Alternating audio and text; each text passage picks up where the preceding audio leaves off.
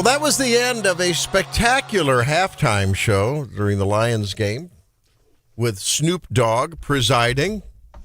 He redeemed your favorite. Some have said, and I would not disagree, it's one of the better shows I've seen. Now, some have said it was the best. It was the GOAT. The GOAT halftime show. Some on Twitter said that. Welcome into a Feel Good Friday. I'm Randy Tobler, giving a little bit of credibility to Snoop Dogg because he had a full orchestra. He was nobody before he had your endorsement. That's right. He was nobody. Now, maybe he'll get a little bit of, maybe people will start to follow him, know a little bit more about him. Lainey Wilson. She's wonderful. What did she sing? Some of my favorite, the K-pop Demon Hunters. I have every really one of their albums. And then Andrea and Matteo Bocelli singing White Christmas. It was a beautiful thing. We've got some more sound from that we'll be playing throughout. Lots of good stuff happening on this Feel Good Friday. I'm Randy Tobler. There's Stephanie Bell, all in her deer and whatever. It's a holiday regalia with snowflakes and no snow yesterday, though, 70 degrees. If you know, you know they're Hannah Anderson jams, Hannah Jams. Hannah Anderson? Yeah. Anyway. Drake, you know Hannah Anderson? I know Peter has something against holiday pajamas. My whole family has this set matching. I have a lot of matching pajamas. Well, we've got, Helene. And I'm not going to lie, it was hard to wake up at 5 in the morning this morning. So I was like, if I'm going to work, I'm wearing my jams and my house shoes. I got a new color. What are those? Uggs. Uggs. Oh. Did you see, Mike? I sent this to all the group. Did you see that? Those are really cute. My wife made me put on the flannel reindeer with the hoodie that's got the nose and the ears and the Rudolph thing. And we did that. Peter was going to kid me. He says, "You're not going to do that, are you? You don't wear those." My dad wouldn't let me do it. I said, "Of course I'll do it. If my wife says it, happy wife, happy life, happy spouse, happy house." You know how that goes. Yeah. Wear the jams. So I've loved those all of my life. Me and my brother had a matching set. Yep. And the biggest problem with those is that they don't have pockets in them. The big onesie. Have you noticed that, Randy? Yeah. The guys' ones, they have no pockets. And, women don't have pockets on most clothes, but we like our pockets. This is why last year I have the Buffalo Plaid Snuggie. And it has a big, hoodie pocket. Yeah. It's wonderful. Now, there was one problem with our house. These things are flannel. And it's hot. I was sweating like a sumo wrestler all day yesterday. We had the windows open. We had the doors open. Oh, we turned on the AC. Oh, we turned it on. It was miserable. You're cooking. Your house is full. Everyone's kind of moving around. Speaking of cooking, my son, about 36 hours before we started, I bought a 6-rib standing rib roast. And then he put on this stuff. You didn't do turkey for Christmas? Anchovy paste and garlic and I don't know, all other kind of stuff, slathered it on there, and then we cooked it and roasted it low and slow, and then, well, actually, we pre-seared it and then did that. Whoa, was it good. That was some of the best prime rib we've ever had. It was awesome. Really good. How about you? We basically do, snack dinner. Oh, you snack dinner? We do, I'm big on charcuterie. Yeah? That was yesterday?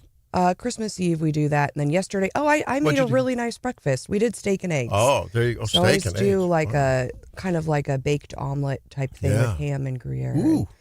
We did steak instead. Wow. What'd you have, Drake? Chicken? Yeah, that's real funny, Randy. I'm sorry. Wow, insulting my mother's cooking, saying she's only going to do chicken. No, my mom, it's been a tradition since I was a kid. She would make this casserole. Yeah. And I'm not a big casserole guy. Yeah. It's just eggs, cheese, bread, and sausage. That's it. It's the best thing you'll ever have. And I should get bonus points because I also did for breakfast, technically it was brunch, roasted vegetables on the plate. Look at you. Your body told you needed that, right? Yeah, it needed some emerald green vegetables after all of the charcuterie, right? You need a little something. It's a cleansing maneuver. Mm-hmm. Yeah. With the champagne. Yeah.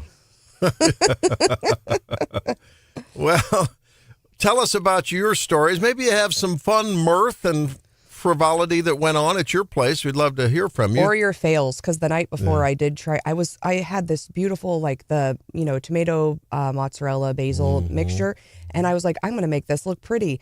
And I saw online you can put salami in a muffin tin and bake it into a cute little cup.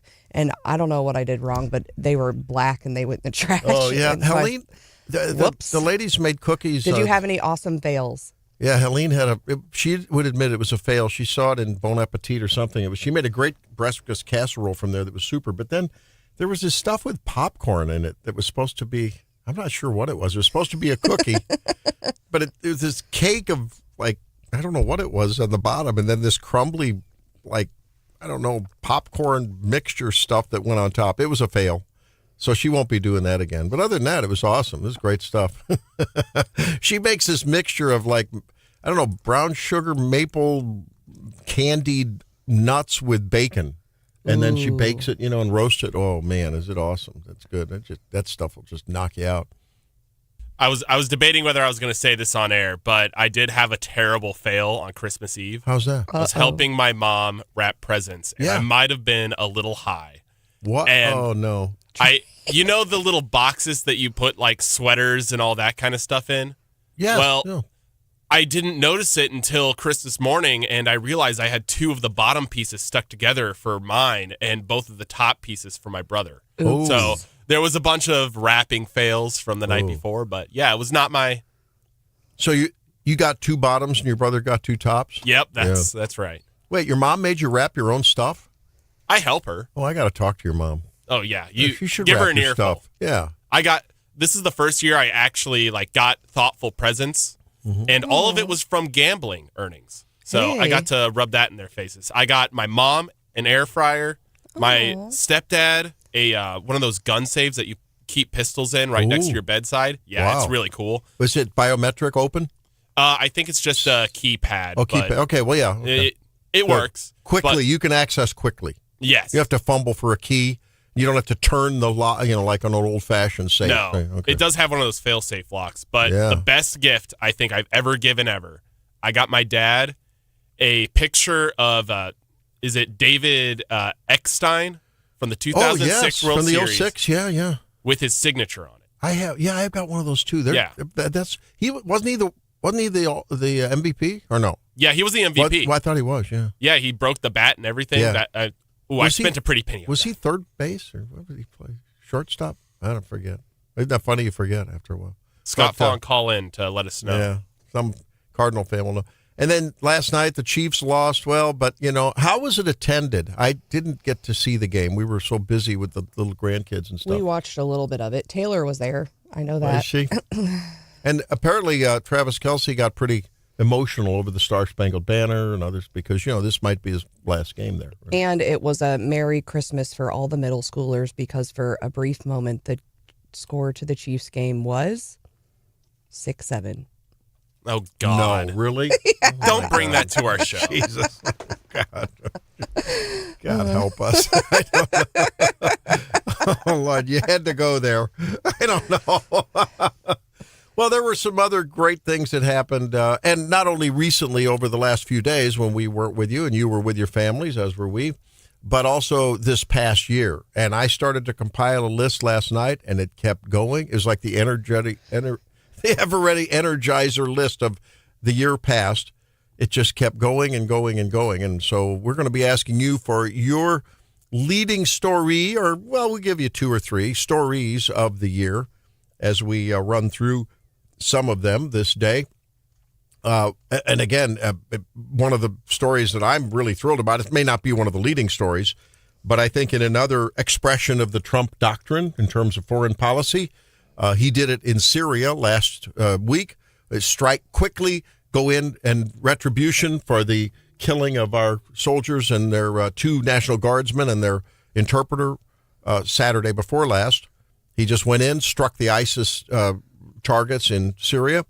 He did the same over Christmas Day, and here's a little bit of that announcement. Was deadly, and he says it's because they've been targeting and viciously killing primarily Christians. Now, he just made the announcement on Truth Social saying in part, quote, "I have previously warned these terrorists that if they did not stop the slaughtering of Christians, there would be hell to pay." And tonight there was. The Department of War executed numerous perfect strikes, as only the United States is capable of doing.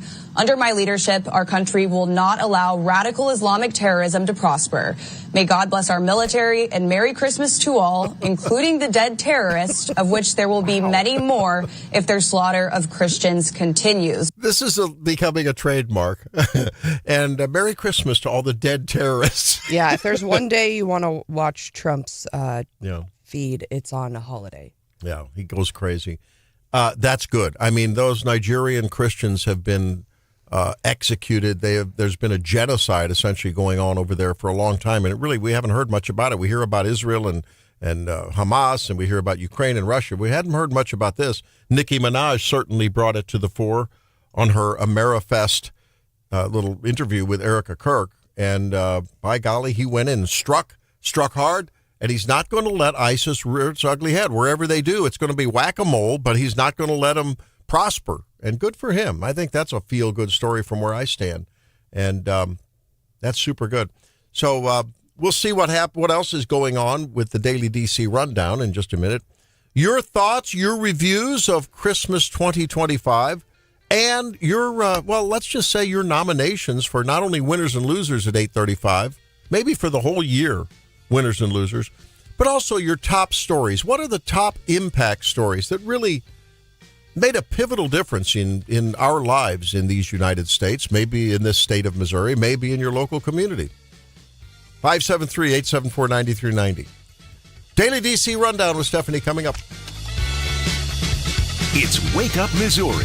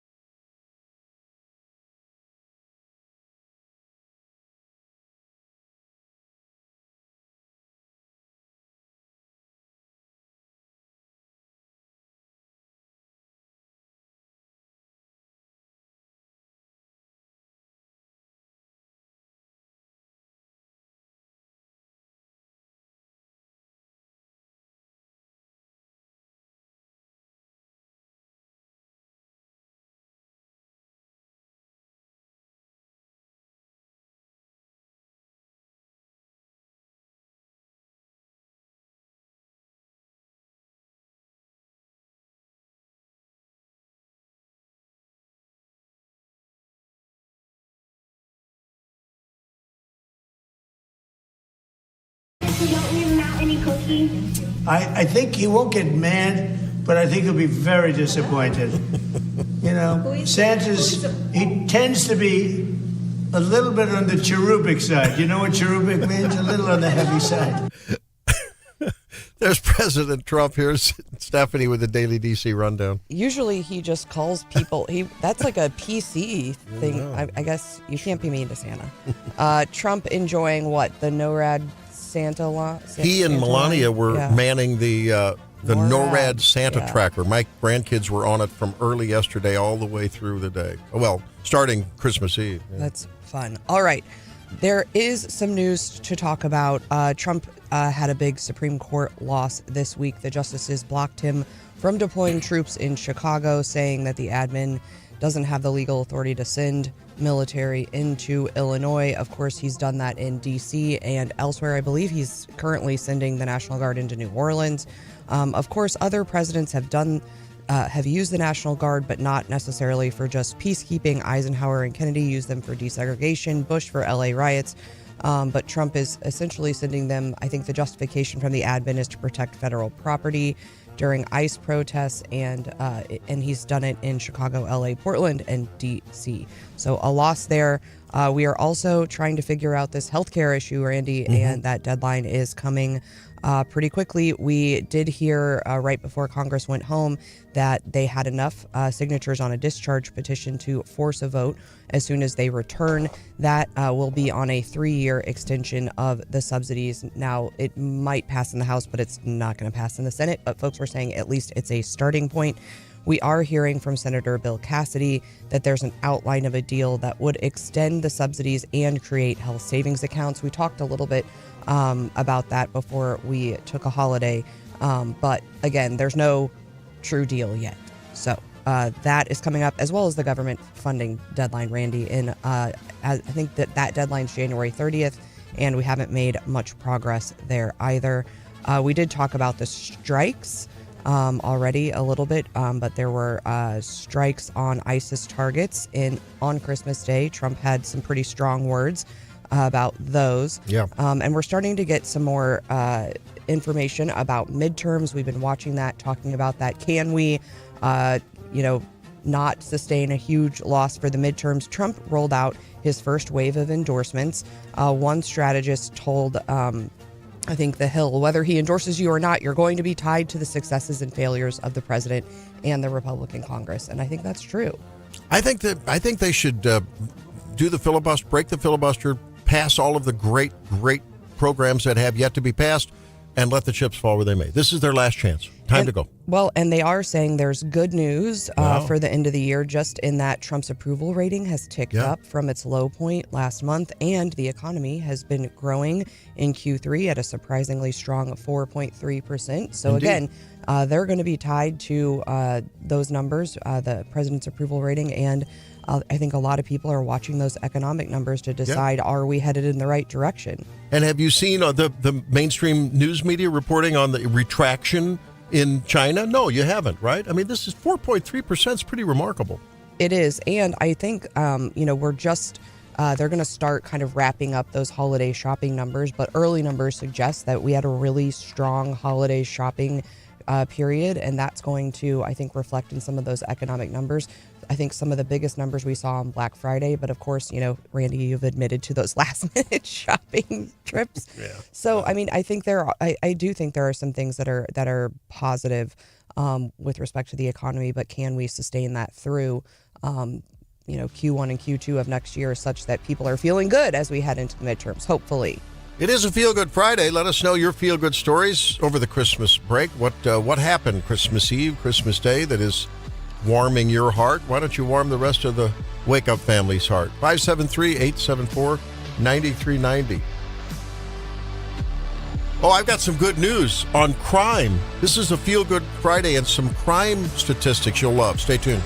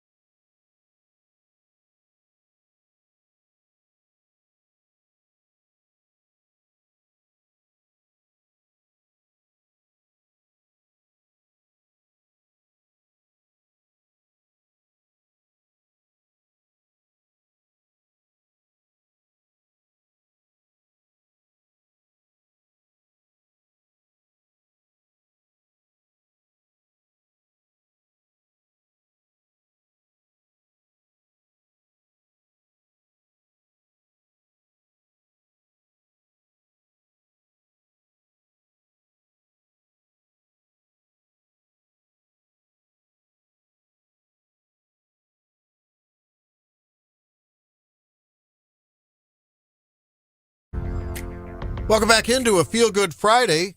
It is the day after Christmas. If you're just getting up and wiping the sleep out of your eyes and getting ready with that first cup of coffee, we're glad you're with us. 573-874-9390, our number. If you'd like to call in and tell us a story of epic fails, like Stephanie said she had cooking. I burned some salami. Yeah.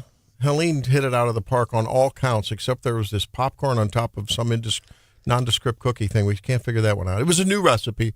Is that usually when things go bad, right? Yeah, new this recipes. was new for me too. Usually when I when I deviate from the plan and try something, it's always a risk. Yeah, well, she tried several. They were great, but that one, I don't know, didn't work out well. I don't know what happened. Had to be the recipe. Couldn't have been her cooking. Yeah, right? It's a recipe with you, too. Not your cooking. It was probably me. And I always have kitchen fails when I'm trying to do too much. Yeah. You know, and you got like 7 things going and you just, something gets away from you. I had overload. I turned into a bit of a Scrooge because I just couldn't do it. There was just too much incoming. Overstimulated. Oh, it was just too just rugrats everywhere, 2 dogs running around.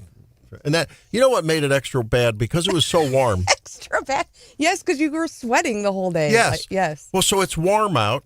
The fog made all of the. I had to kill a bunch of crabgrass this year. It's wet. So I have a lot of dirt out in the yard right now. You know. Yeah, we talked about doing Christmas brunch out on the deck because we could have, and we probably would have been better. We turned the but dogs everything out. Was wet. We turned the dogs out, and they come back in, and their paws are all over everything, and it's just it's just one of those.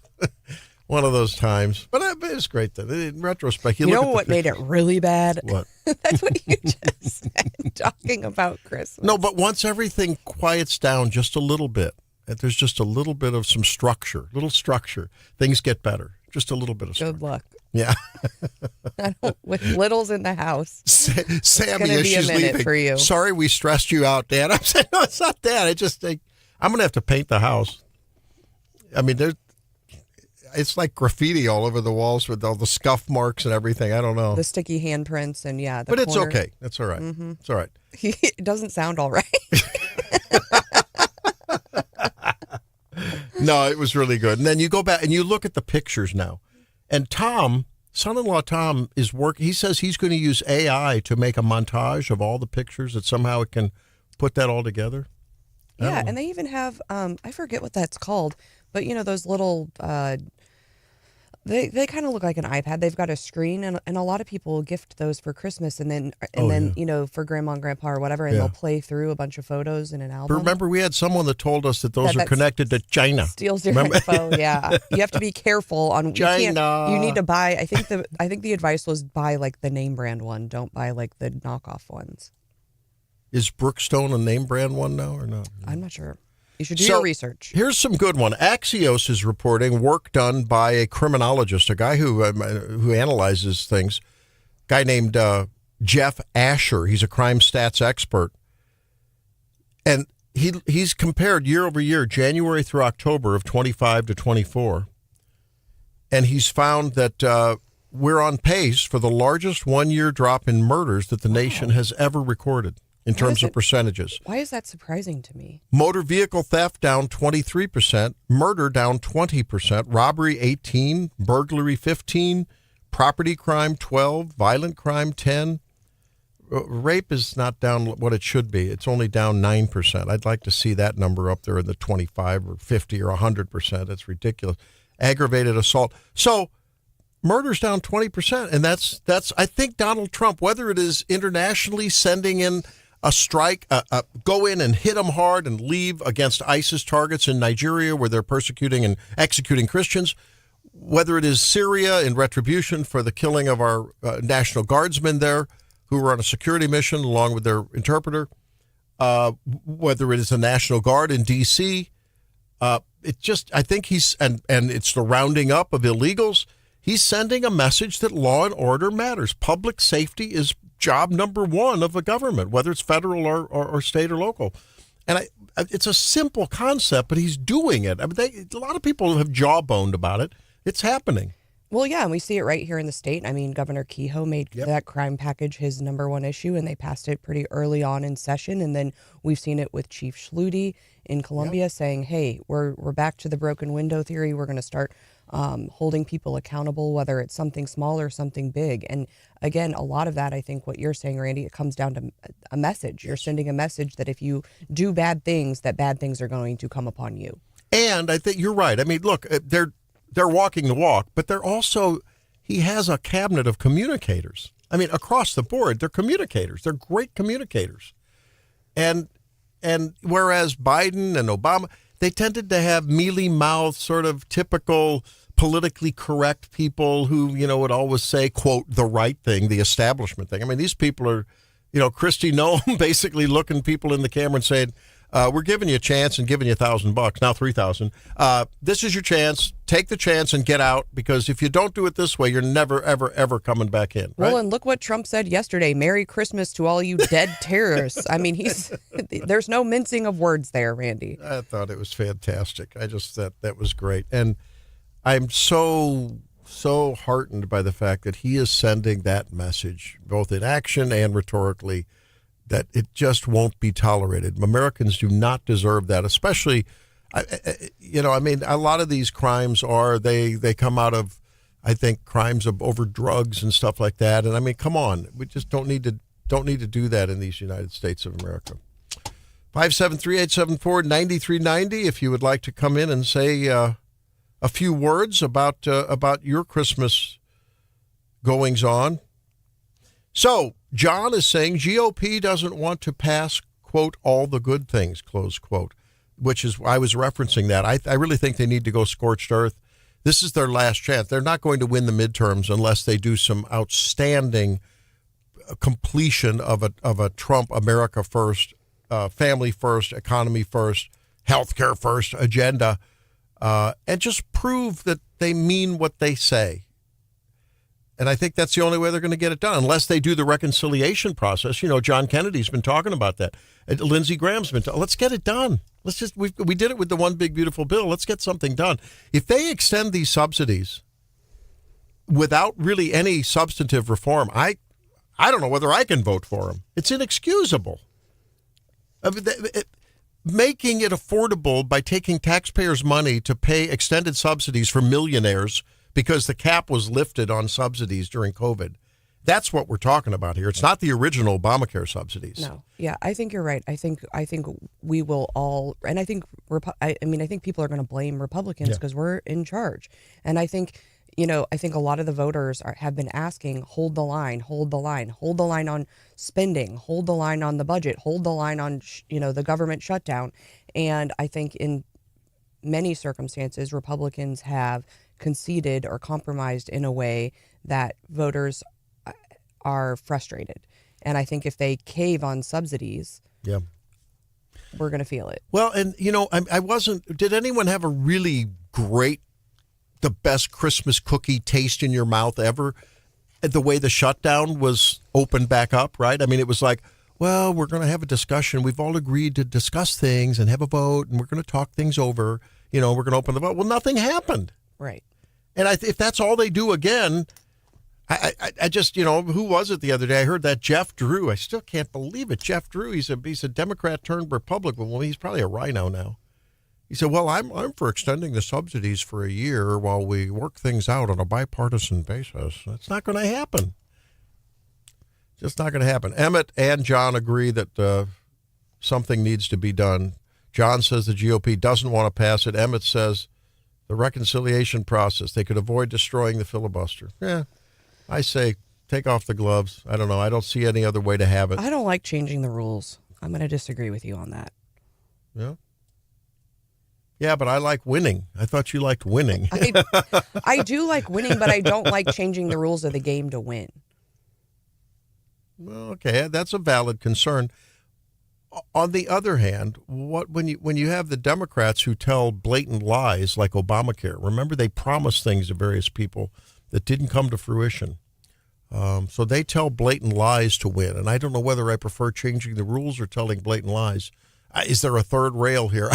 I wish there was some alternative pathway. It just doesn't make sense to me. Drake, you were telling us a story about your Christmas Eve. Yeah. Yeah?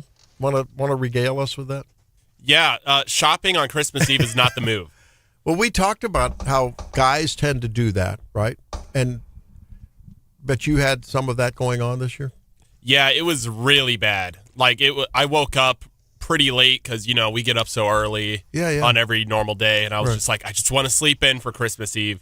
Okay. And my mom had planned to, make cookies with all of us. And then I realized, oh, crap, I don't really have any gifts. What, you just realized it that morning? I don't really know what was going. Procrastinating, and you realized then that it was crunch time. Yeah, that's probably what happened. So my mom also had to go out and get some gifts for white elephant stuff and all that. So she sent me and my brother on a list, and we kind of lied to her a little bit, a lot actually. There's a lot of lying. And she's like, "So what else is new?" Yeah, right. But we have the Life 360 thing that tracks you. We had to turn that off, and she was super confused because we went off the grid for 5 hours that day. Didn't come home until way later. And What were you doing? Just shopping? Yeah, just shopping. I had to get good gifts. I mean, I couldn't just go to Walmart and pick something up. You are employed now, so yes, that's expected. Yeah, and so I got my stepdad a nice safe, but you can't go to Academy Sports without them knowing, oh, he's getting something like that. Oh, he's at the mall. What is he getting there? How was the selection? Were there still some pretty good finds or not? Or were the bargains really there because it was... There were a lot of bargains, actually. I was quite surprised, but, I still have some Christmas shopping to do, actually. So that's what I'm going to be doing after work today. Yeah. How many Christmases are you doing? I think I have 3 left. Yeah. I only got to give gifts for 2. I think. Nope, I got 3. Never mind. I have 4 Christmases, 3 gifts. Crap. We know what you'll be doing after the show today. Now, that's a big question that we should be asking throughout the program here. Because one of our kids yesterday was saying how they like to go shopping after Christmas. They like to buy for self. Mm-hmm. Yeah? Yeah, I'm a big... Is that you too? Oh, yeah. Drake? And there's good deals. Yeah. I'll pick something up. It's a good deal. I was so happy when I opened up my Christmas present that I knew all about. You got to tell us what it was. The first thing I looked at was the high-value mail stamp packet. then it was the complete 2025 commemorative stamp booklet from the Postal Service, and the 23 one that I forgot to get. So I went back and so it's a beautiful thing. Oh. It was stamp collecting galore. Thank you very much, Santa. It's a beautiful thing. We'll have to find out what Stephanie got and what Drake got. Maybe we'll do that a little later in the program. When we come back, did you know you had a second stomach or a separate stomach? Are you calling me a cow? It's not just anatomical, but maybe that's why you can eat more dessert when you're already full. Back with that and make Missouri fuller again when we come back. It's Wake Up Missouri.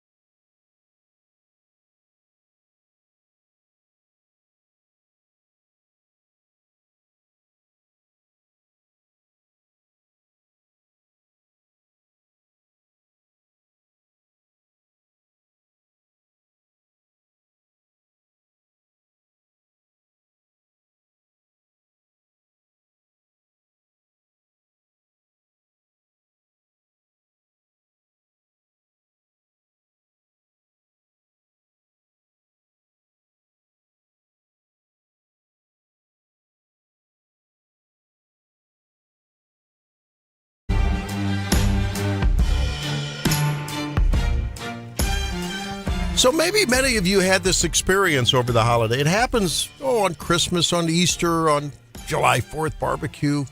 Certainly is going to happen again on New Year's Eve, right? And New Year's Day. And Super Bowl. You know you're full. You've already eaten the salad, the appetizer, the main course. But did you know that there's something that the Japanese call a separate stomach? And it's why they call it batsubara. And really, it's not like you have anatomically a separate stomach, but it's the reason you can still, when your eyes see the sweet, soft, textured, beautiful dessert, you still have room for more, right? And then you wonder, how could I make room for that when I just pushed myself away from the table and there wasn't anything left?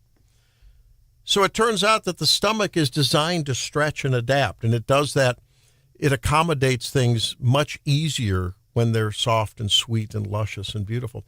So you know that, your body knows that, and that's why you think you have more room, and you actually sort of do, but then you pay the price later, right? Yeah, like that happened feeling to you this morning, ugh, too much food. Yeah, so soft and sweet foods don't require the stomach to work much in terms of mechanical, digestion. They just sort of slide down and you just accommodate them. And that's why you think you have more. So Helene was trying to help you out when she made that crunchy popcorn cookie. No, I guess she was. And I ate the popcorn off. I don't know what was underneath. It was, I don't know if you've ever done spackling compound. I don't know. It's just like this cake of hard stuff. I don't know what it was. But the rest of the stuff was awesome. She makes this almond bark that's like you know what I mean? Yeah. Oh, God, is it good. Oh, it's so good.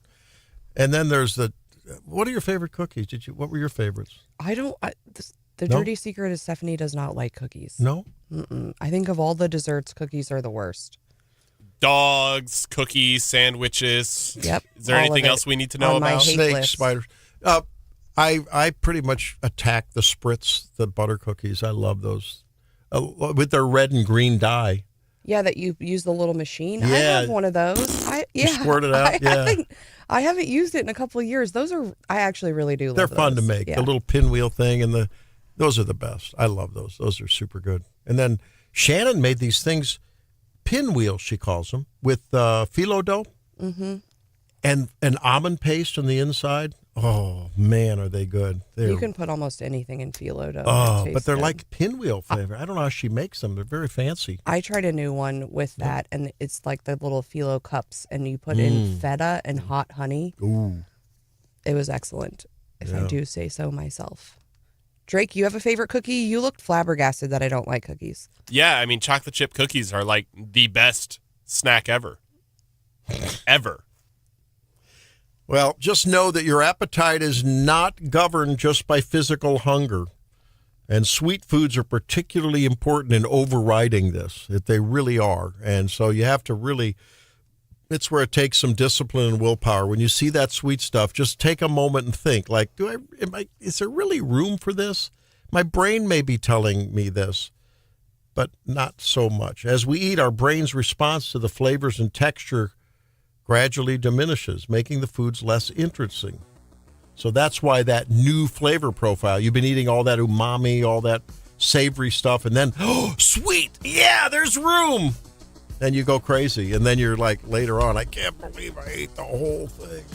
Ugh. Who doesn't feel bloated and upset this morning? Hey, let's start talking about, we're going to talk about the Tigers game tomorrow and about the big stories of last year. Get your list ready.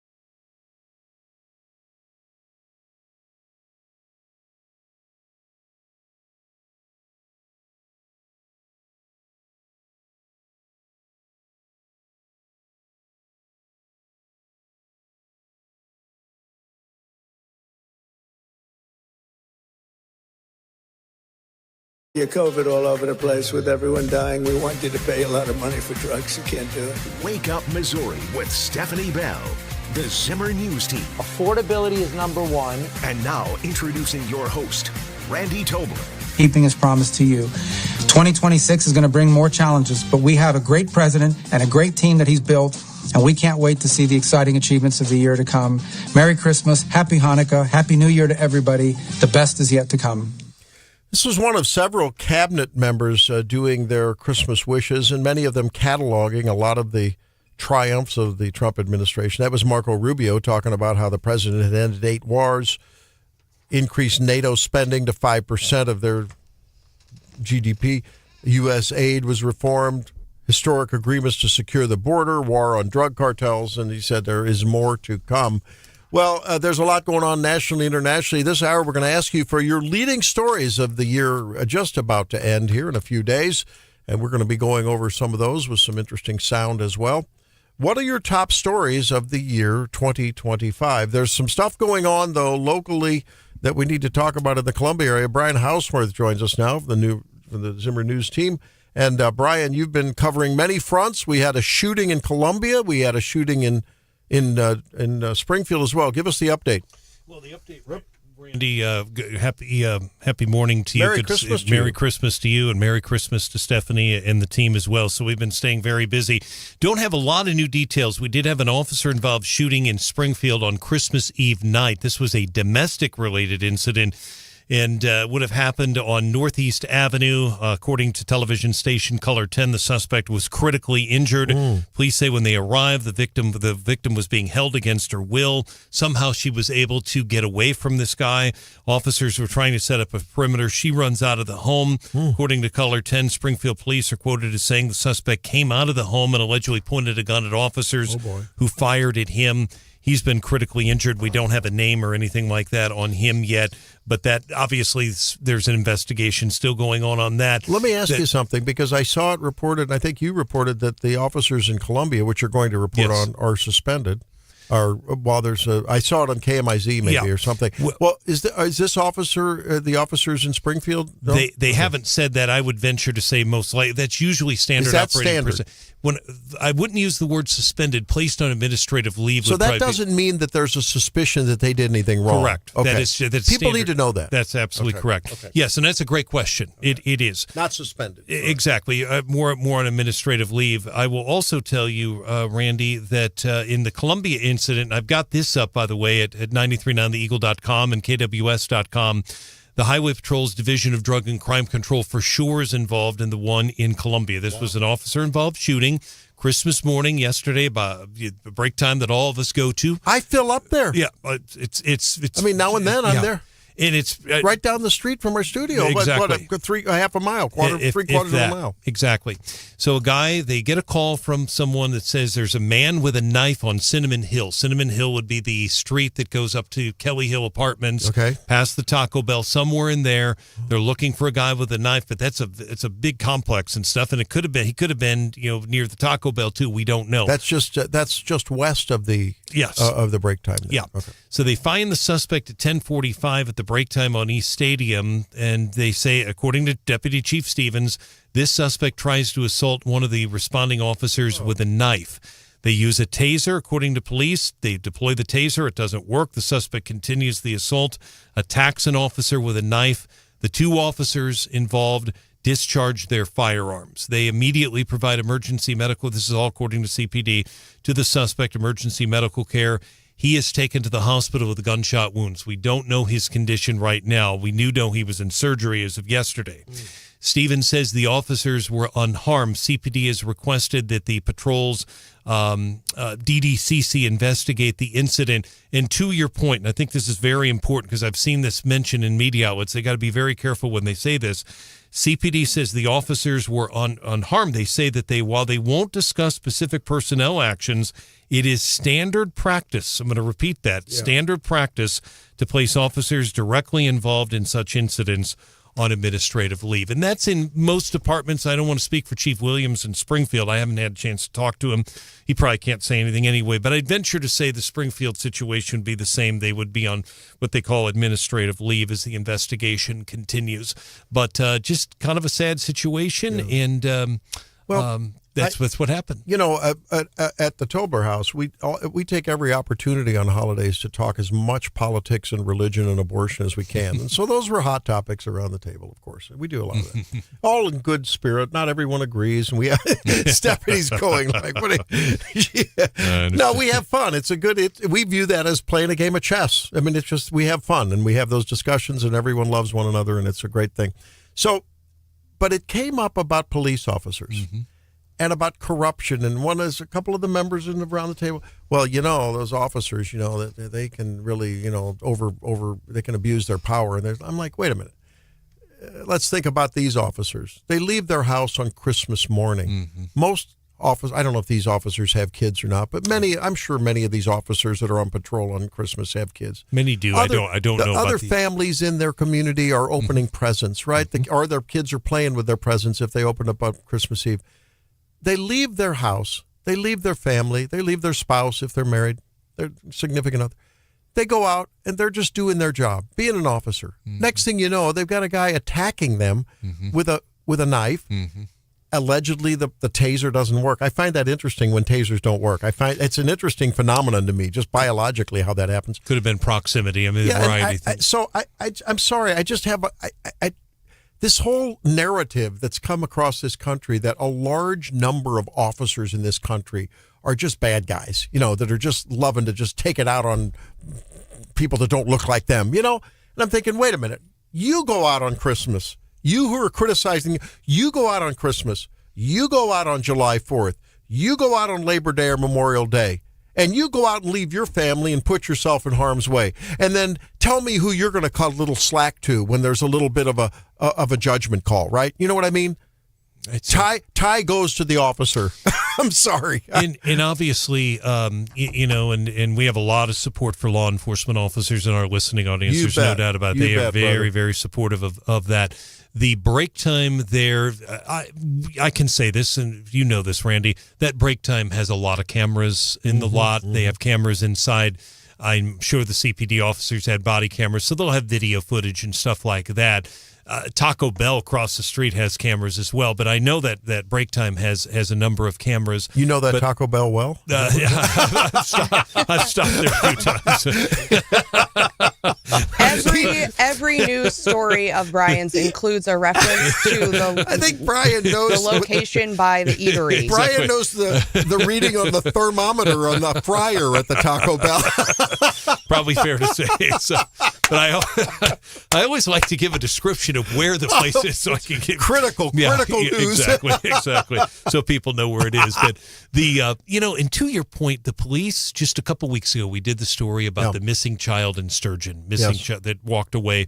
And it was no foul play. And they found that child who'd been out, didn't have any shoes on, everything, freezing all night.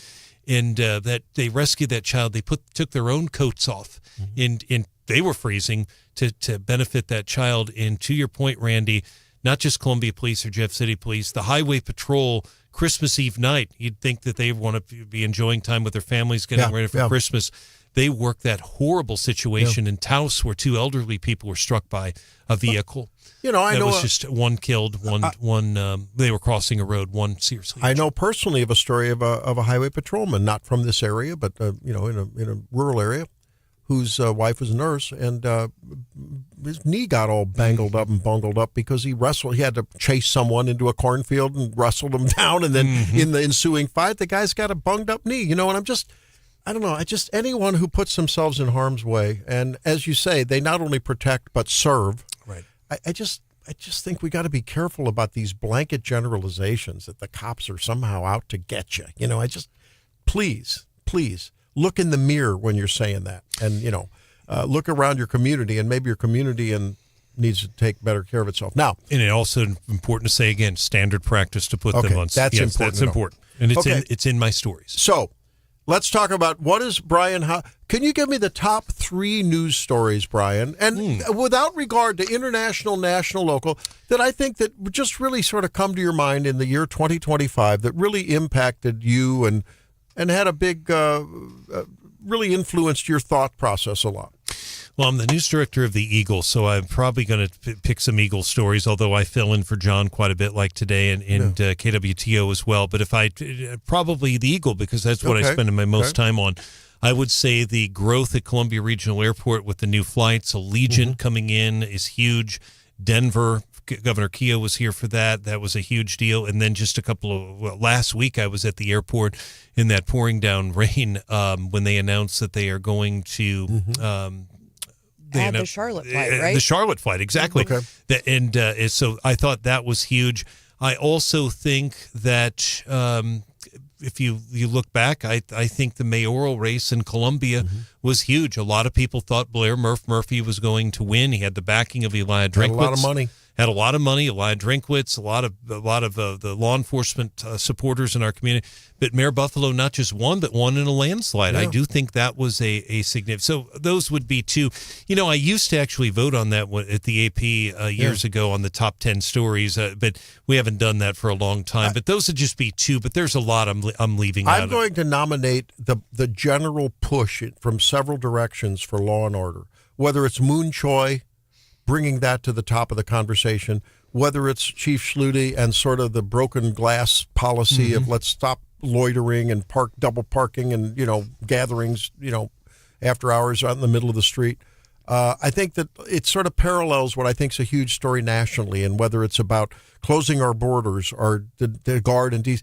I just think that governance at all levels, their number one job is public safety. And that seems to be more and more becoming normalized, and like those expectations are going to be met by various levels of government. I'm glad to see it. Yeah, you bring up a great point there, and that would be my third story, and probably might be the lead is if you look back on it was in September, but when Ayanna Williams was killed, it's the Stevens College nursing student.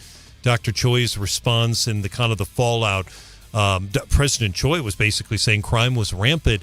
And because of what he said, if you remember, they boosted the number of officers downtown. Very few incidents since then. You're right. There have been very few incidents since then. It's not only actions, but messaging. When those 2 things are synergized, and how about the big sweep with multi-department input? That was Operation Brightside. And how many? I love it, Brightside. Yeah. How many arrests? 32 federal indictments, about another 20 arrests. Beautiful. Yeah, they're still looking for 1 or 2 more. Well, we're going to spend the next couple segments talking about ladies and gentlemen, your nominations for the stories of the year. Let us know. 573-874-9390. Thank you, Brian Hauswirth. He's a busy guy this morning. Be back with more. Stay tuned. It's Wake Up Missouri.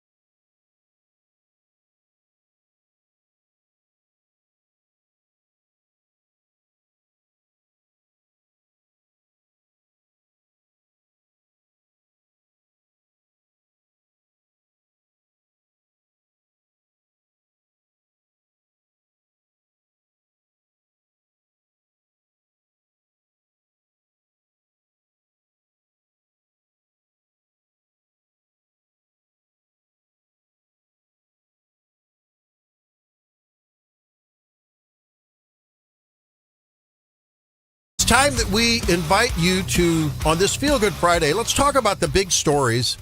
They may not all make you feel good, but let's talk about the big stories of the year just passed. I started working on a list, Stephanie. Okay.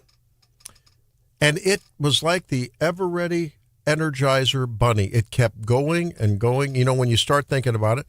How about the January 1st? Remember, it was like New Year's Eve, early January 1st, when that guy plowed into revelers in New Orleans. Oh, gosh, that's what we started out with, right?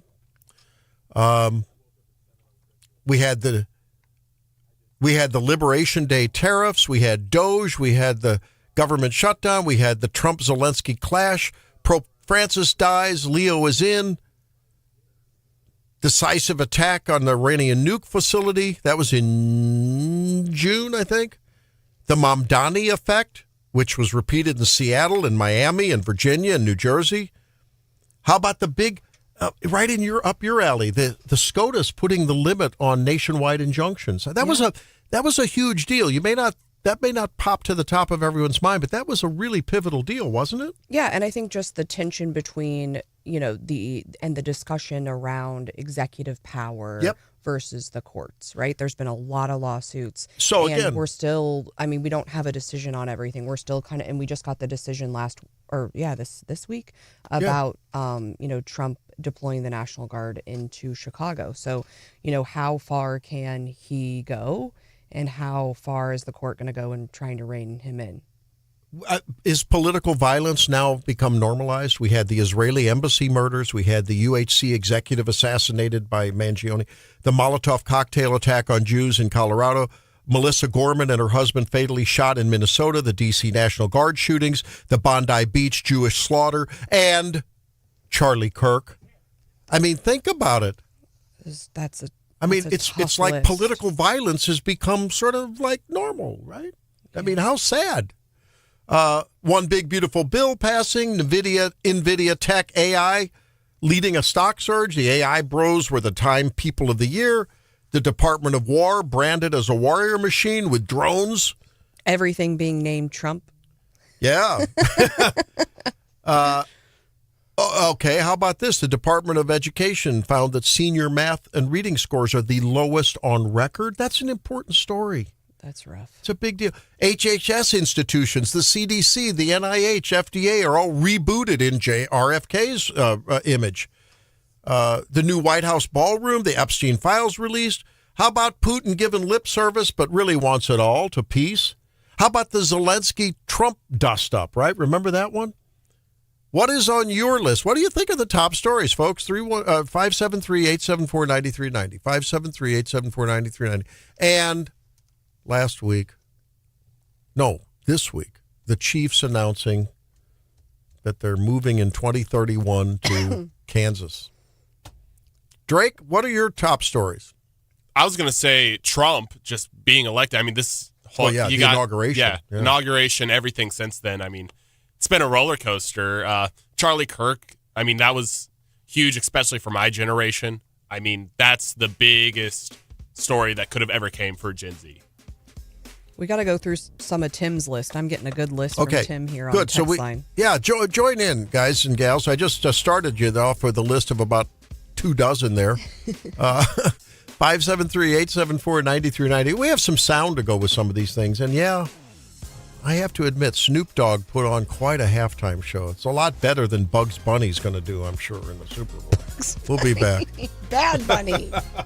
Has America been fair to Donald Trump? The people...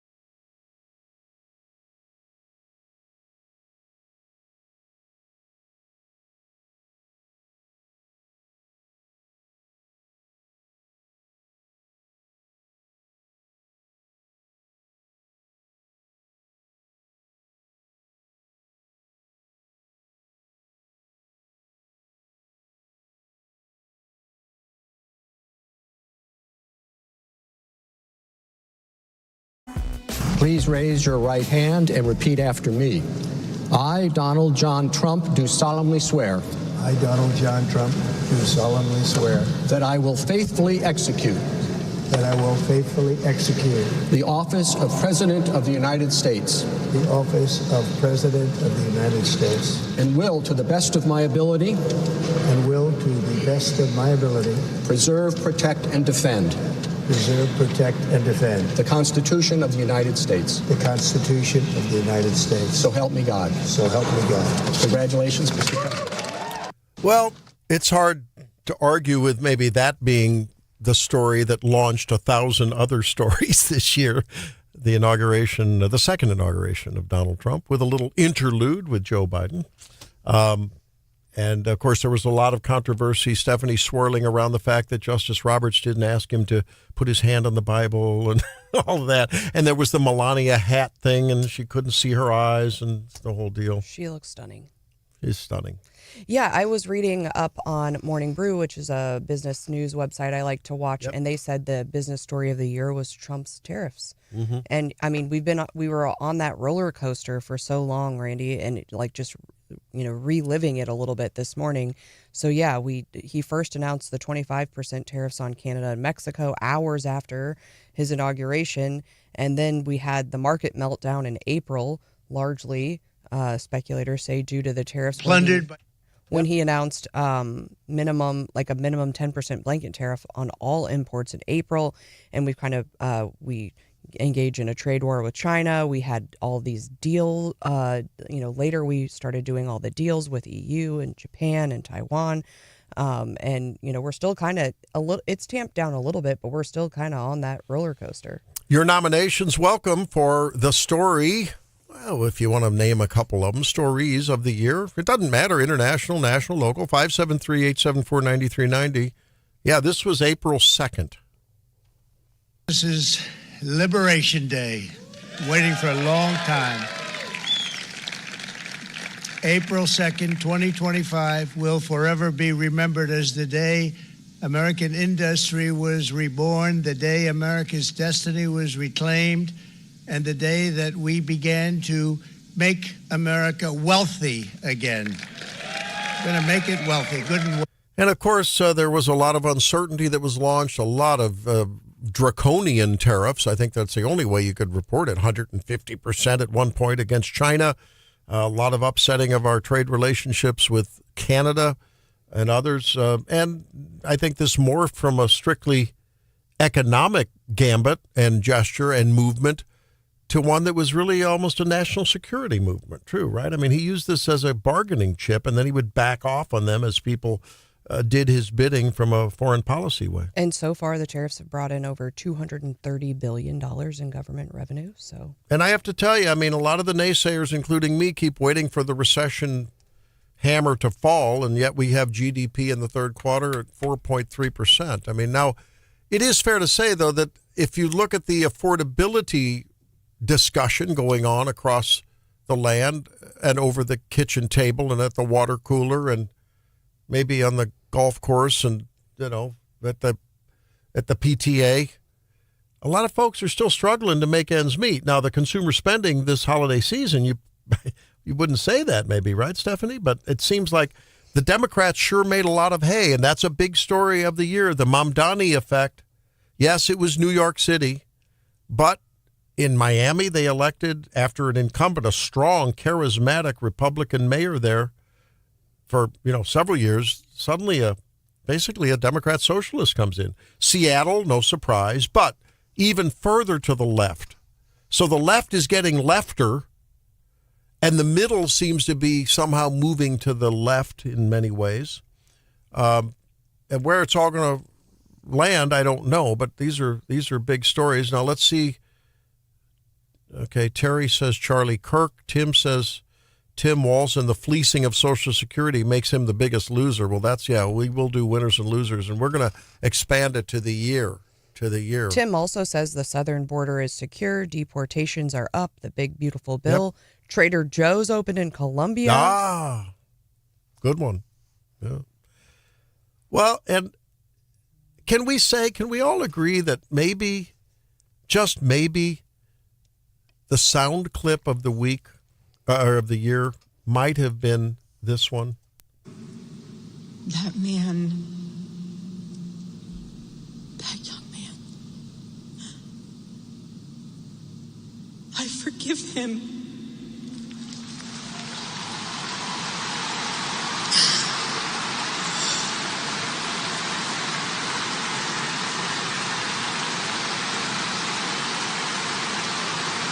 I forgive him because it was what Christ did and is what Charlie would do.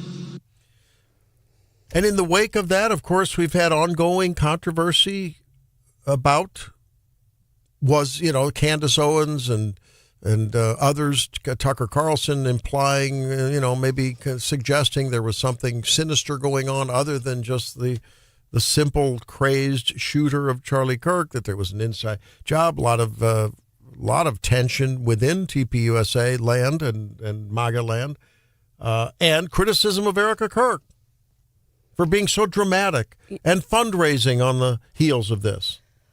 But criticizing a woman grieving, I'm not going to criticize how a woman grieves for her dead husband.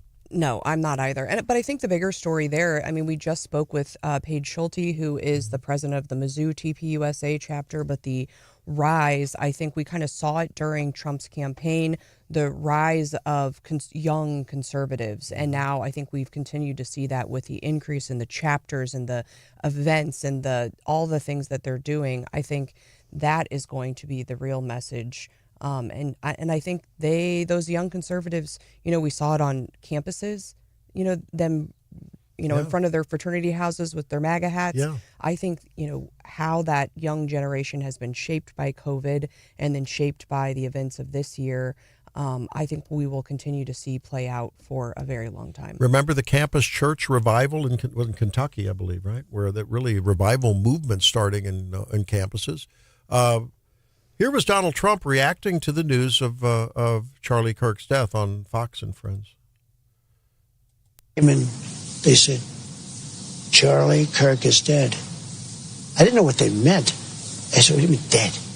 Charlie Kirk was shot. And they thought he was dead because it was so horrific, And they said, dead? And it was like, I just told these people, get out, just go. This is the worst thing. This was so bad for our country.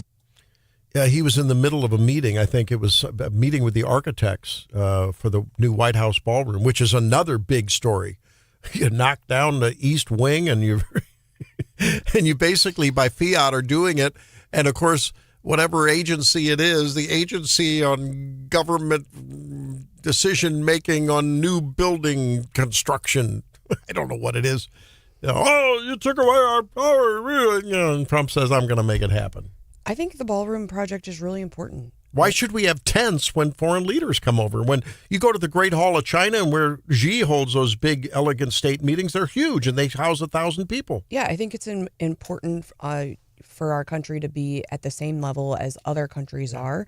And be able to do those kinds of things. But I think it goes back to one of your other big stories of the year, Randy, and that's political violence. If we think about, I think one of the reasons why they want to do this is because of security reasons, right? We've seen, especially when you're talking outdoor events or you're talking tents, the security, it's more difficult, right? Yeah. And so being able to host these large events in a place that is, we already have security protocols around, I think is something that's in the back of people's minds, is given all of the horrible violence we've seen this year.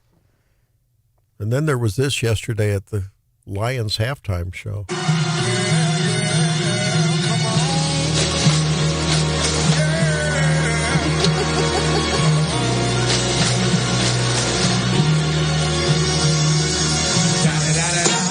It's the one and only D-O-double-G. Snoop Dogg. Da-da-da-da-da. You know I'm mobbing with the D-R-E. Top dog, bottom all, yeah, I'm burning it up. DPGC, you should be turning it up.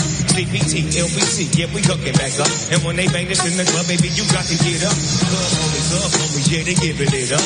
Low life, yo. Now, what made that interesting to me, and actually you're actually smiling. I don't know that I've ever I enjoyed it. Seen you listen to rap and But he have had a big old grin on your face. He had a full orchestra there with timpani and string section. I mean, it was a beautiful.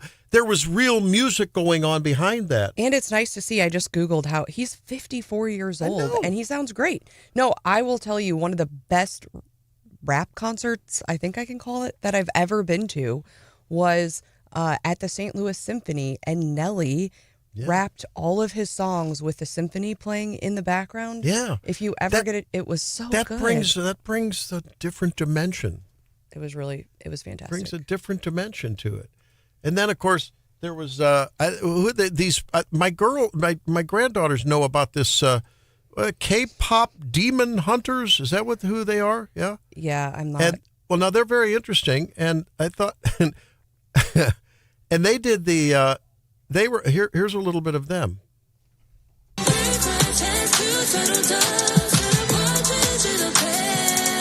I love their treatment of.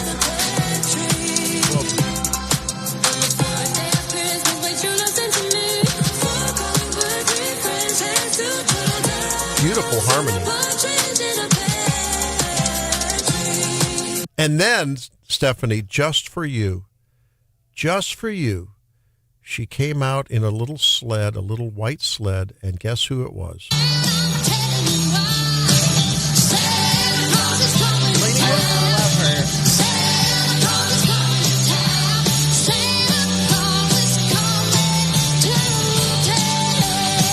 Okay, so the first time I ever saw Lainey Wilson was in Springfield. She opened for Hardy, I think it's a year or two ago, and I fell in love there. And then I saw her at Arrowhead because she opened for Morgan Wallen, and I am obsessed. The guy that throws chairs off the deck. And then here was this guy.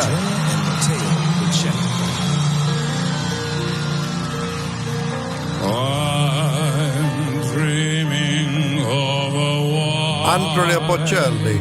Christmas, just like the one. Now that's a halftime show. You keep everyone excited. You do a little something for everything. And he's 67 years old. Yeah, I mean, and then his son Matteo Bocelli.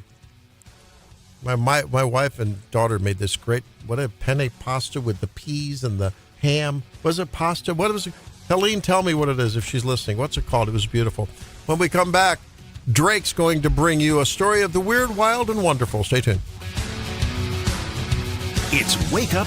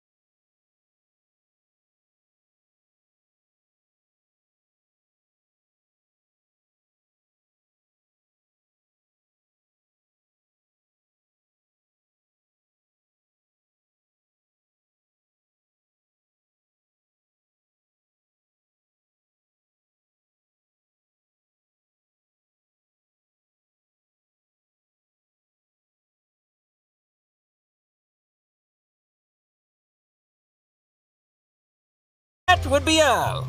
Except for this. 4, 25, 31, 52, and 29. Those were the winning numbers for the Powerball that was won in Arkansas on New Year's Eve. And you're here, which means you didn't have those numbers. Are you kidding me, Randy? If I won, I'd be right here You would with you. still be here. No, I'd be gloating my money. I'd be showing it, rubbing it in your face. You may have come in yesterday if you were here, just to prove it. Oh, yeah, I would. I'd tip you like $5 or something, Randy, just to rub it in your face. But no, a single winner. Yep, the single winner. The grand prize is estimated to be a cash of $834.9 million, which is the second largest. It's almost what Drinkwitz gets for a year. That's pretty funny, Randy. That's pretty funny. Well, this isn't the largest, actually. The largest was on November 7th, 2022 in California, which was a $2.04 billion ticket. Wow. Just 3 years ago. Wow. In others, speaking of, okay. What's the first thing you'd buy? Me? Yeah.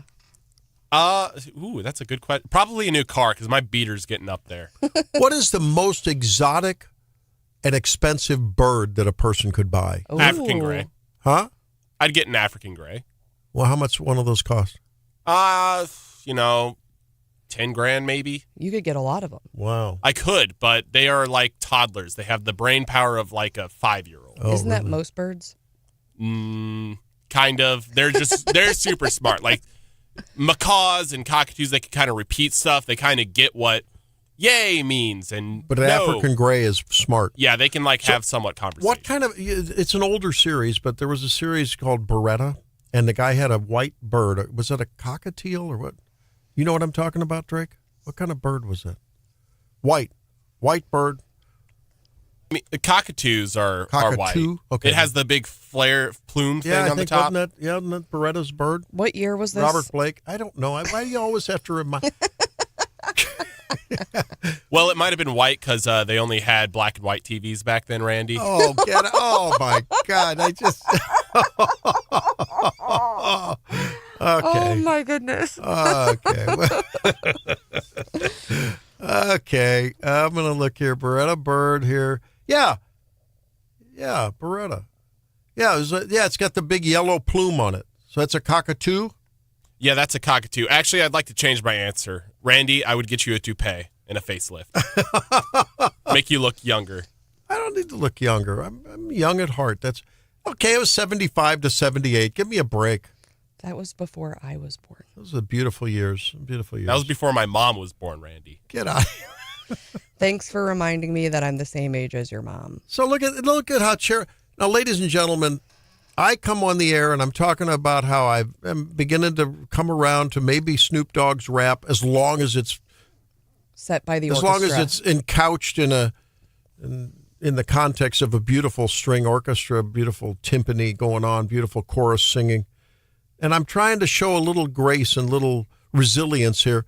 And you just keep hammering me about the whole age thing. You know, I'm going to go to HR pretty soon after this. If HR's in today, you're in trouble. Yeah, if they're here today. No, you brought up a show from 1975. Well, I'm trying to. And you're looking at us and you're mad that we don't know what you're talking about. That was 50 years ago. I'm trying to be charitable and talk to, you should meet people where they're at. You're all about birds. I'm trying to talk about birds because it's interesting. Have you gone out of your way to ask me about stamps? No. You make fun of my stamps. What if we? She makes fun of your stamps, Randy. I love collecting coins and stamps and all that. But are there bird stamps? This is a question we need to know. Well, yeah. Then you guys could do stamp bird things together. Peter was and talking be one about big his happy family. Peter was talking about his nephews in Abu Dhabi. I said, I have stamps from there. Very fancy. And Dubai. Got some Dubai chocolate in the stocking, by the way. Ooh. Is that good stuff? I don't know. Santa says it is. I don't know. We'll have to see. More on your picks for winners and losers of the year. Stay tuned.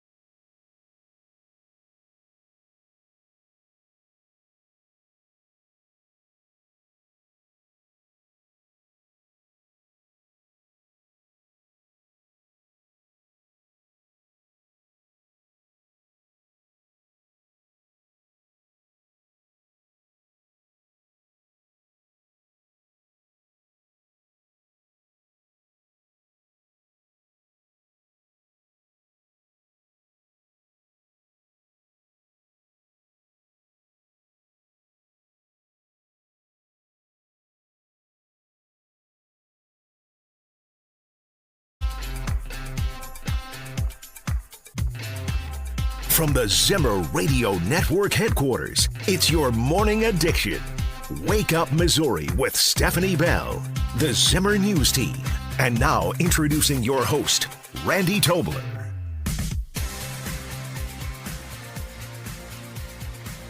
Breaking details. Madison? Yeah, Mike, President Trump says that strike was deadly, and he says it's because they've been targeting and viciously killing primarily Christians. Now, he just made the announcement on Truth Social saying in part, quote, I have previously warned these terrorists that if they did not stop the slaughtering of Christians, there would be hell to pay. And tonight there was. The Department of War executed numerous perfect strikes, as only the United States is capable of doing. Under my leadership, our country will not allow radical Islamic terrorism to prosper.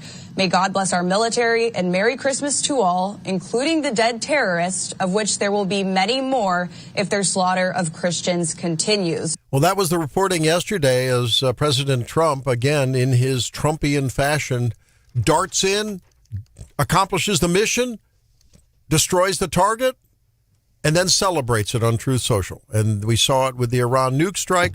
We saw it with the Syrian retribution for the murder of 2 of our National Guardsmen and their civilian interpreter.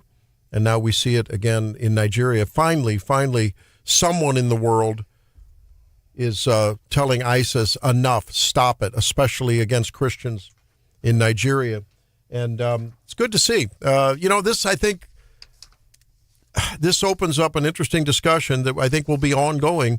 What is America's role in the world in terms of our policemen actions? I mean, are we the policeman on the corner? Are we the big brother that needs to just say, now, kiddos, we're gonna spank you and send you to your room if you act out? Or should we just retract? And it's a big discussion in MAGA world.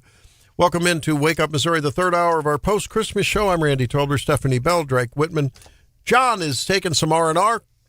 And be back next week. Brian Hauswirth joins us now. Brian, big game tomorrow with the Gator Bowl, right? The Gator Bowl, it is an interesting game. It used to always be played, Randy and Stephanie and Drake, on traditionally on New Year's Day, and it's had some memorable moments. Probably the biggest memorable moment for me was Woody Hayes, what happened with him in '78. But this is a huge game. It's not quite as big as it used to be, but it's still a big bowl game. And for Missouri, it's the TaxSlayer Gator Bowl. Virginia's a very good opponent. Missouri can win, at least become the first team to win at least 9 games in 3 straight seasons. If they win, it will not be easy. Mizzou is 8-4. Virginia is 10-3. Came within an overtime, basically a possession of winning the ACC championship game. They have, 10-3. If they win, they'll have the most wins in school history, and I think 138 years of their program. They've been phenomenal. They've got a great running back. His name is Jamari Taylor, one of the best. I mean, he is the best in the ACC. We have one, too. Tremendous. And I'm using that as an example. I know. I'm just saying it's going to be an interesting match. Yeah, absolutely. Who's got the best run defense, just statistically? I think, Missouri's defense, they're both very close. Missouri's defense, outstanding. Virginia ranks 3rd in the country, by the way, in third down defense. Oh, so what they do, I've watched them a little bit.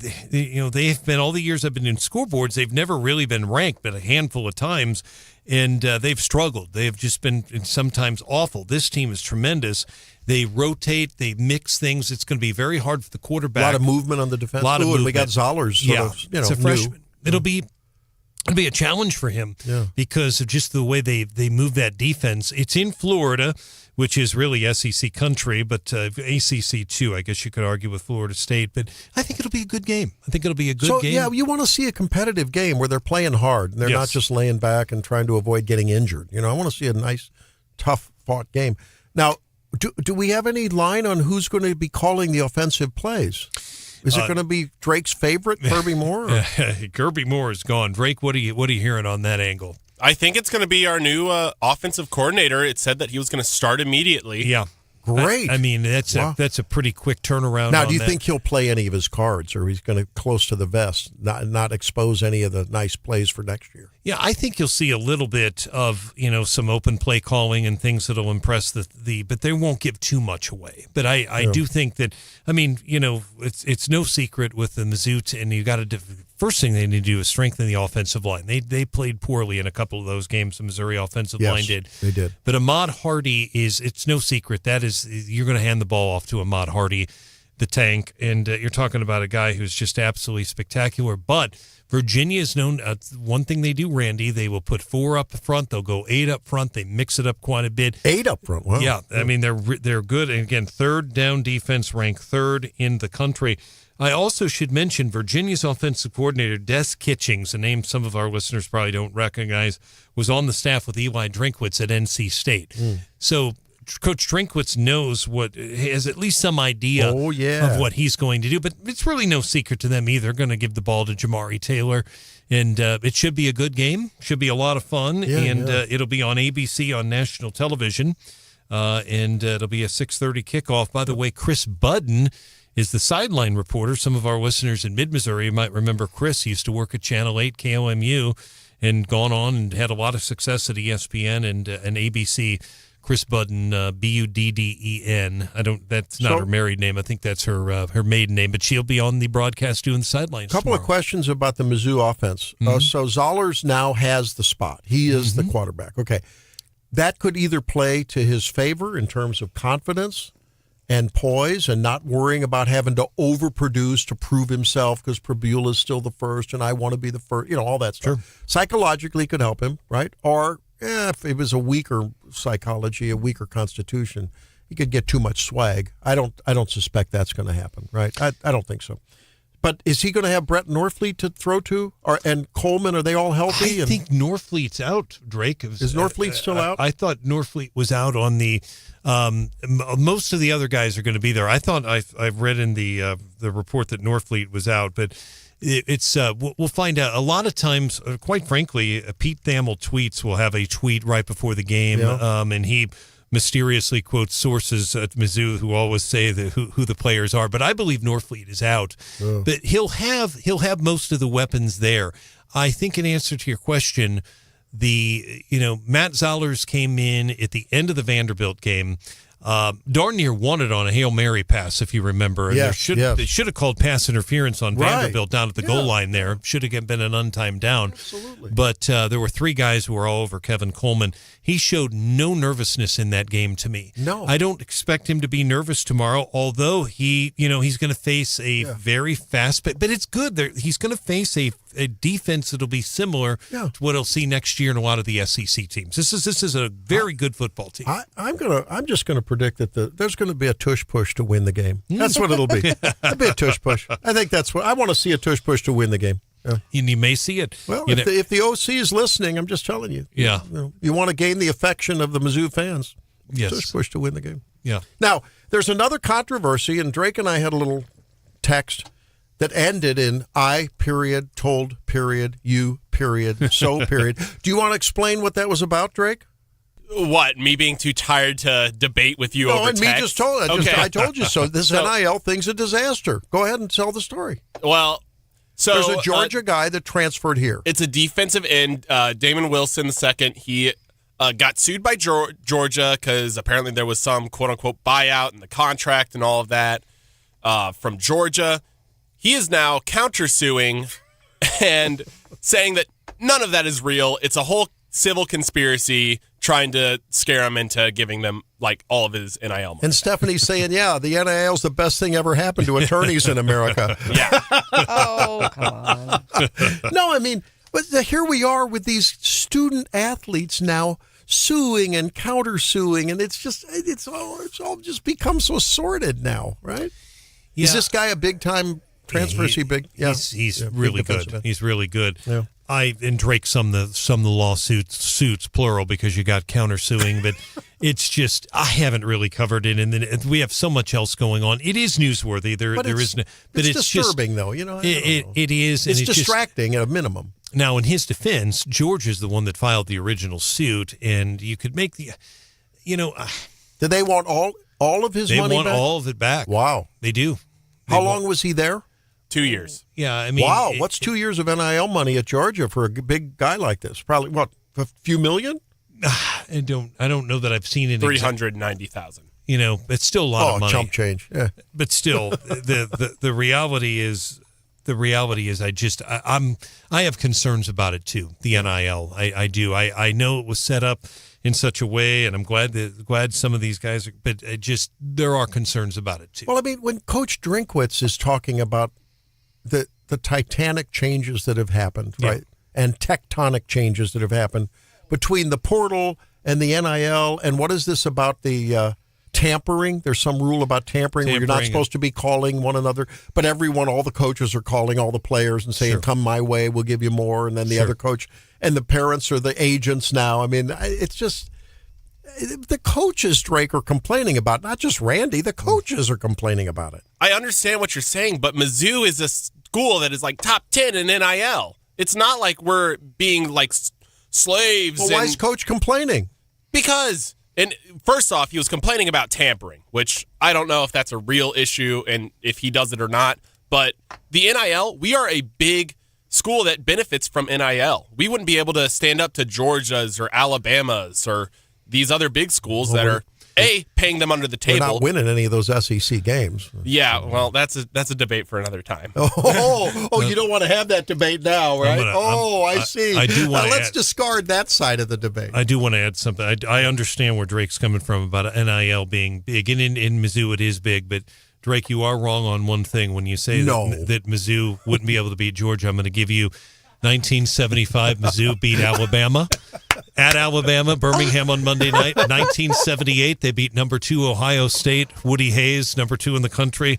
And who was that famous running back? Rex? Rex Burkhead. No, he wasn't on that team. For Nebraska, 1976, right? Mizzou beat USC. So those were teams that did not have they were basically working class guys with Phil Bradley and guys like Pete Woods that did it. So steel trap. It can be done. It can be done. It can be done, but it's got to be. Yeah, that's all embedded in my head because I can still see. And by the way, the crazy thing about that Ohio State game, and people don't understand that this was the rule.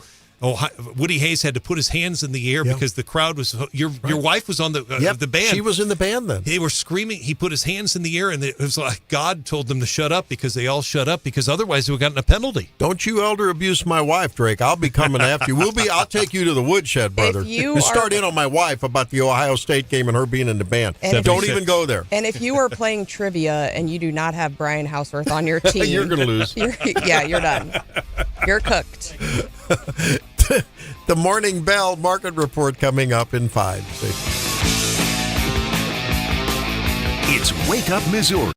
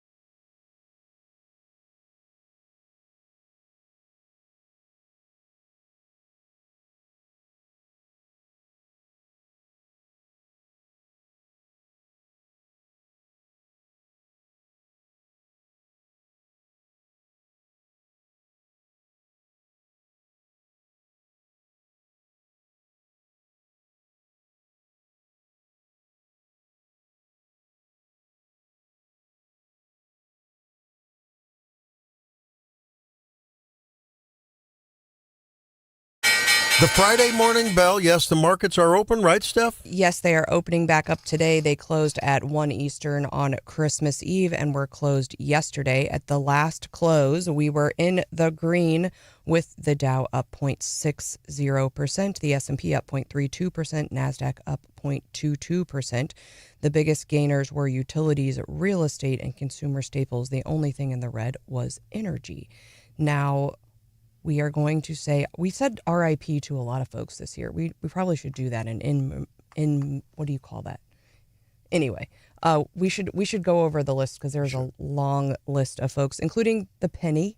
We said goodbye to the penny, but we're going to be saying goodbye to something else because MTV is closing its music-focused TV channels by the end of 2025 after 44 years.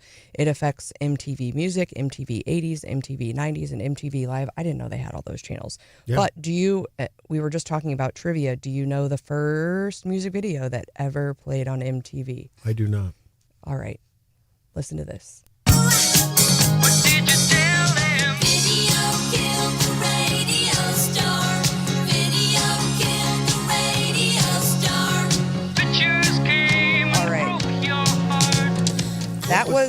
That was their goal, right? That's the Buggles, who I've actually seen perform that song live. They're like 107 now. The what? The Buggles, I think. The Buggles. Yeah, okay. Video Killed the Radio Star, and they were going to put the music on the TV, and they were going to change the world. Look at that, a reel-to-reel tape machine. Right, man. right. And so they've been collecting industry reactions from broadcasters, and one of those was just MTV revolutionized music, the music business, and nearly killed radio. It's ironic that radio survives while MTV fades, highlighting the power of imagination and mental imagery. It's true. We're here, and they're going away. It's true. You can hear a story, but you paint the picture in your mind, right? And that's the difference. You do, and but it is sad. I grew up like with some of those. What did they do? The Carson Daly, and he did like the top 40 thing, and they had some pretty iconic moments over the years. So they launched August 1, 1981. But there was some like controversy. So apparently in 1983, David Bowie went on there and criticized MTV for not highlighting enough black artists. You might recall the Spice Girls were a big deal in 1997. They wore black armbands to honor Princess Diana, who had died a few days before they were on the show.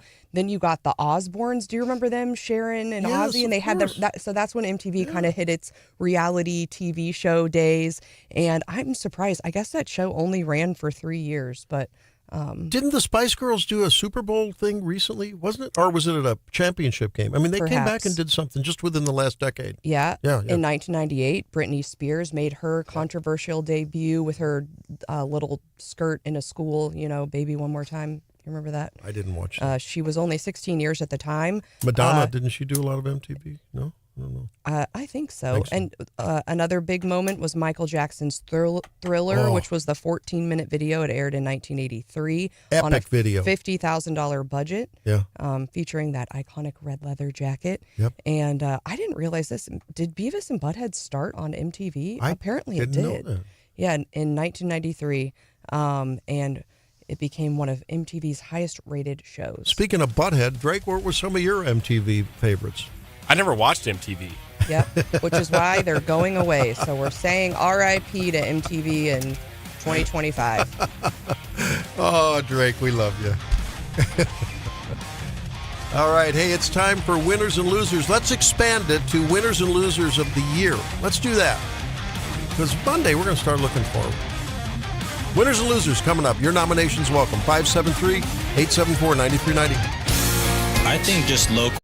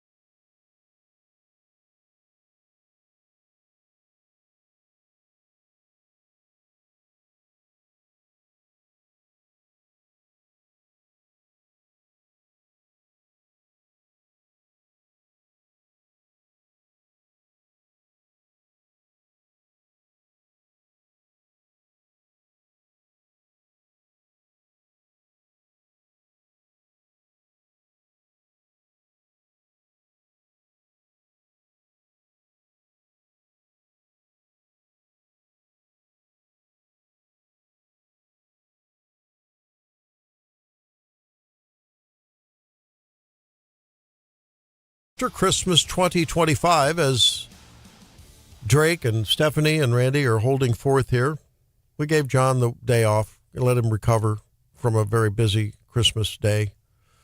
And we have to talk about winners and losers. Now, normally we do it of the week, but I think we ought to just expand it to of the year. Since we've been talking about, the big stories that were high impact stories, the list was dozens long as we started going through it. So we're inviting you to do that. What are your winners and losers of the year? 573-874-9390. Stephanie? Well, Tim's already weighing in, and I think I agree with him. He said winner of the year, the Donald J. Trump administration. I am not tired of winning. The golden age is coming. Mm-hmm. And he had a nomination for loser of the week. He said our city administrators, I believe he's here I think he's in mid-Missouri, who haven't been diligent about infrastructure. Where are the plans for the upgrades to our water treatment and electrical systems? Yeah. And roads and traffic. I'd really like to see, I would think that there might be some automation at the traffic signals that would really do a better job on places like Grindstone and Stadium near the campus and others, Broadway, that would maybe read 2 stop signs ahead, or stop lights ahead, and would basically, give some insight into maybe Brian Hauswirth, who's coming in. Brian's always a winner of the day and the year and the week, And Brian, we do our best. It seems as though there could be automation that would anticipate and flex with the traffic patterns to where, for instance, let's just take an example. Studio is here at Grindstone and 63 basically. And at certain times of the day, generally rush hour in the evening, coming east on Grindstone, that lineup to get on northbound 63 can go back to the Phillips 66 and beyond. Oh, yeah. And it can take forever. Well, you'd think that there could do something about regulating the stoplights better. I mean, there has to be AI technology, and why aren't they implementing that? I don't understand. Yeah, I know. It'd be good to have MoDOT on because I'm sure Springfield has some similar is it places. a MoDOT thing or Columbia? It would be technically MoDOT is in charge of that in interchange. Wow. Now, I will tell. Yeah, they are. A lot of people. Okay. Columbia's involved, but MoDOT is in charge of the interchange. There should be coordination, right? And there should, and there has been some. They are working. It's just taking an awfully long time. They have a multi-million-dollar project where they're going to redo that interchange. But it is one of the worst ones in Columbia. There is no doubt. And it's also poorly lit. There are pedestrians who, through no fault of their own, have to walk to work down at some of the places, and you can't see them on the side of the road. I mean, you just can't see them with the poor lighting. But no, I know that. But that MoDOT has jurisdiction over that interchange. All right. So, Stephanie, you were talking about, the winner there would be the Trump administration. Okay. I like that one. I also think, the populist wing of the Republican Party. We've had a really good year. We've been doing a lot of winning. Some of my other winners are business-related, NVIDIA and folks like ChatGPT. I think chip folks and AI people have had a really big year.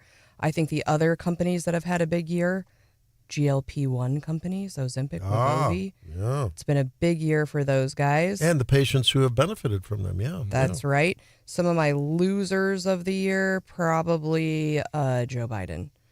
I think if we're talking politics, and then I think mainstream media has had a really bad year.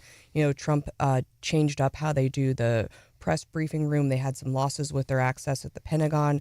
Polls are showing that trust in mainstream media is at a historic low. And Trump's been putting the hammer down and just saying out loud what a lot of us were thinking. I'm going to name Congress as a loser of the year, too. Oh, yeah. Why? We thought we were going to get more spending cuts and maybe return to how the budget's supposed to be done. We didn't do that. I think the shutdown, both sides deserve some blame for that. And I think Trump's been out there doing most of what we see through just executive order and social media, and then he has to fight it out in the courts, and he wouldn't have to do that if Congress would kind of take the lead and do what it's supposed to be doing. So I'm going to say Congress is a loser. Okay. Well, I don't think you're going to get much argument there according to the polls, right? Everyone's both sides of the aisle are what, in the teens in their approval? Yeah. Yeah, no doubt about that. Yeah. Brian Hauswirth. Winners and losers. Don't have any losers this week. I've got a few What winners. a surprise. Got a few winners, good choices by the team. I'm going to pick Drake and our entire team here, all of you, for winners of the year. I mean, from tremendous show. We have a lot of fun. It can be hectic, as you know. Yeah. It can be crazy, and sometimes I can't even have to run out when I'm coming in with you, but we have a lot of fun. It is a great team to work with. It is fantastic. Randy, Stephanie, Drake, John, and all of us. So that also for our Christmas families. I got to spend some time with my family, and it was short, but I really enjoyed it and treasure the time with the families as well. So my family is a winner of the week. And two other ones, one on a much more serious note at the end.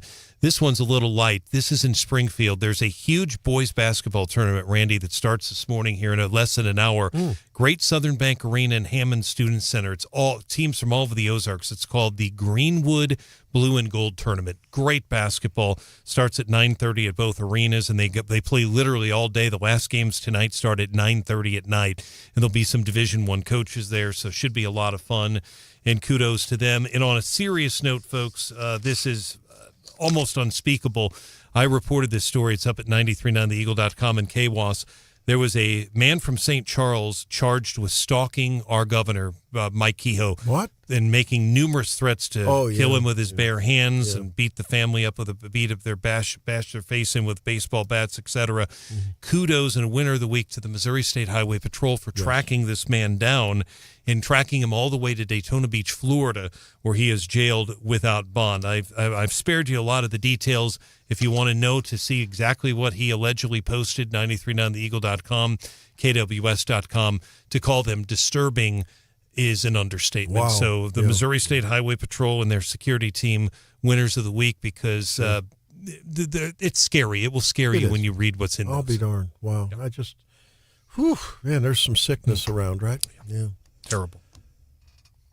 My winners include my family, especially the women in our families. And I think I'm going to make this positive generalization. Generally, the women organize, put together, really make sure all the gifts are bought, the food is cooked, everything's served gorgeously, right? And the planning that goes into our Christmas and Hanukkah and other celebrations, right? Let's admit it. It's the gals that do it, right? Mm-hmm.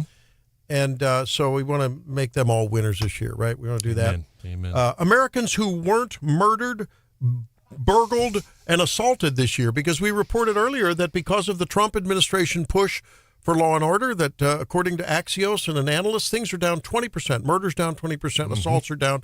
That follows through to our local law enforcement people, particularly Chief Jill Schluty. I think Moon Choi has risen that conversation to the top, the Operation Brightside. I'm a law and order guy. Sure. Everyone who's involved in that and put themselves in harm's way to defend us and protect us, including National Guards troop, a couple of whom were murdered at point-blank range the day before Thanksgiving. God love you all, and God thank you all. You guys are all winners. And the Americans who were spared carnage and misery because of you are definitely winners as well. They don't even know it, but they were spared. Young Americans who are realizing that technology isn't the answer to everything. Salvation and eternity really, really, really rely on something at a higher level. We've seen a revival sweep through America, and I'm glad to see that. I think that makes them all winners. Losers would be college football purists who just want teams to be student athletes playing and don't want all the noise from NIL and portal and blah, blah, blah, blah. We just want to see good, solid student athletes playing. I think in a way that distraction has made college football purists to losers. And Americans who don't get health care reform but just get more extensions, more expenditures. So far, they're the losers. I'm hoping that's going to change, but until we get portability, deductibility, and transparency across the board, I don't think much is going to change. So you're going to be losers until they fix it in Congress. Drake? All right. I got a couple winners and a loser. I'm going to say my loser has been this season that has been plagued with Kirby Moore. I just had to get it one last time before the end of the year. It's a good one. One last time. All right. Our winners from the year. Trump, great. Yeah. I'm going to say AI in general because, or at least for my generation, because either one of two things is going to happen. Randy, you're right, and everything's going to go to crap. In a handbasket. Yeah. And, in my generation, that means that talking in person is going to become gold. So I will flourish in that because I enjoy human interaction. Well, we reported earlier that math and reading scores are at their lowest ever. So thank God for AI for your generation. But go ahead. God. All right, I did kind of get. Okay, yeah, that was good, Randy. My second winner is going to be you, Randy. Actually, how's this? And I feel like a loser as well. So make that a half point. Randy, we gave you so much crap for gift cards and said that they're a terrible gift, and you gave me a very thoughtful gift card to the Columbia Pet Center, and it was an amazing gift card because after you trashed gift cards, I thought I would just needle you a little bit. I felt really bad because that was really thoughtful that you'd go out and get a gift card to somewhere that I love and support as a business. So thank you so much. We try to do that. Awesome. And my last winner is the Wake Up family. 3 days ago is my 1-year anniversary here on Wake Up, Missouri. Right. And I'd just like to thank all the Wake Up family for everything you've done for me. And I don't care what they say about you behind your back, Drake. You're quite a producer. You're doing a great job. We're so glad to have you aboard, Drake. And I'll add to that because I was just reading some of the text line. We've got some friends and regulars that we get to know through the text line, but I know when we were talking about the Chiefs, I think 5 new people that we didn't have your number or your first name joined in on the conversation, and it makes my morning when you guys are interacting. And oftentimes, the funniest stuff is not the things that we say; it's the things we read off of the text line. And you guys are a funny bunch. You guys should be writers for any of the late night shows or any stand-up comedian. You guys are brilliant, and then you correct us when we need to be corrected. Mostly Stephanie and Brian. Myself, exactly. But what I also love is Drake's going, right, Randy. A lot of times they have better information sometimes, and this is not being critical of the dispatchers because they have better information sometimes than the dispatchers about crashes and stuff when Stephanie will point out something's on a text or whatever, because the dispatcher can only go with what they have, and it may be just a general location. Sometimes they're right there. So, and we got a shout out to the listeners from Chief Schluty when it was folks in the fam who located a missing man. The Alzheimer's, and exactly. So you're big. the eyes on the ground. I've got one other note, guys. Tomorrow night, I'll be on the Mizzou broadcast. I'll be close to wrapping up 27 years as a Learfield College football host. So I told my mom this weekend I started when I was 9. So that'll be fun. It'll be fun, and hopefully Mizzou will come out of there with a victory. You always think of an interaction between an officer when they pull someone over for a violation and the perpetrator. You always think of that as being a really conflict, tension-ridden, scene. Well, I found one that wasn't, and we'll play that when we come back. Stay tuned. It's Wake Up Missouri.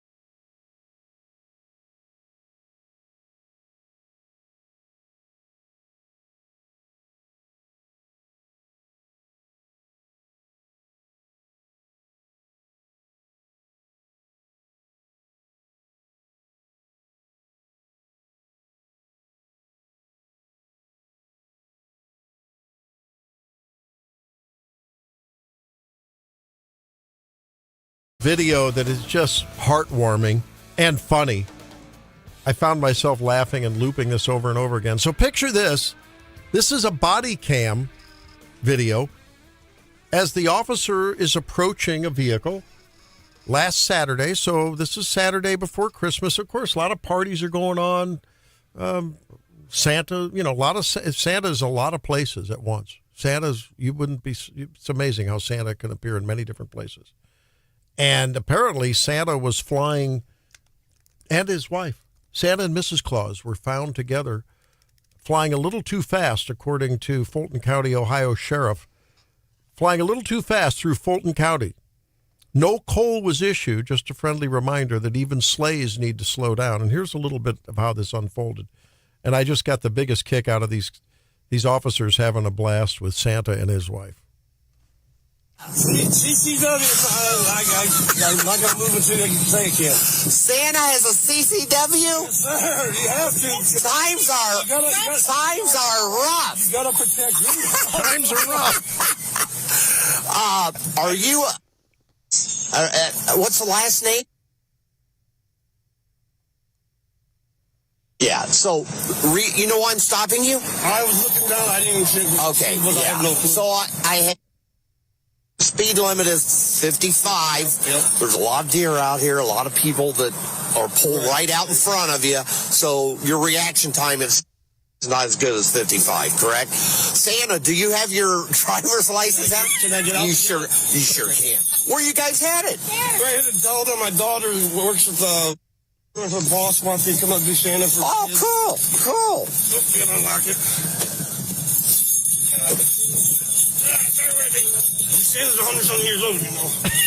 Oh, my gosh. This is a video of the night. You know what's funny? I just left Berkey. There goes my present. I left Berkey, and the sheriff are you good? The sheriff was in Berkey, are you? No. We just seen the sheriff. They're sitting in front of the fire department. No, you're in Fulton County now, so. Yeah, he pulled by him and pulled in and waved in and check out. Just slow your speed down a little. I mean, Santa. Slow your Rudolph on you. It's Nick, you know. You don't mind if we get a picture? She gets a picture with you. No, good. Whoops, hold on, man. Yeah, you don't drop that thing again. Get your picture, camera. Let me find this phone here. Get your Mrs. Claus wants to get a picture with Santa. And the North Pole isn't what it used to be. Oh, this feels like the North Pole, I'll tell you. All right. You guys have a wonderful night.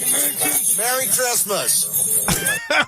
And just the fact that the officers were just having a blast and they're breaking up, and it was just really a heartwarming thing. So Santa was left off. No coal in his sleigh or stocking left by the officers. It was good to see. What do you have in leftovers? Apparently, we're going to a 7-digit license plate instead of yeah. No, more numbers to remember when you sign into the hotel. Isn't that insane? I have to keep it in my notes app.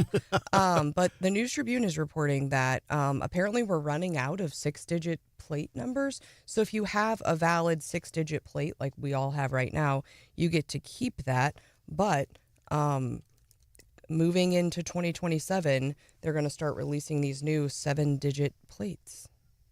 I've got one for Drake, a vanity plate that could be ILOVNIL. That's 7 there digits. You go. I love NIL. That's good. That's good. What do you think?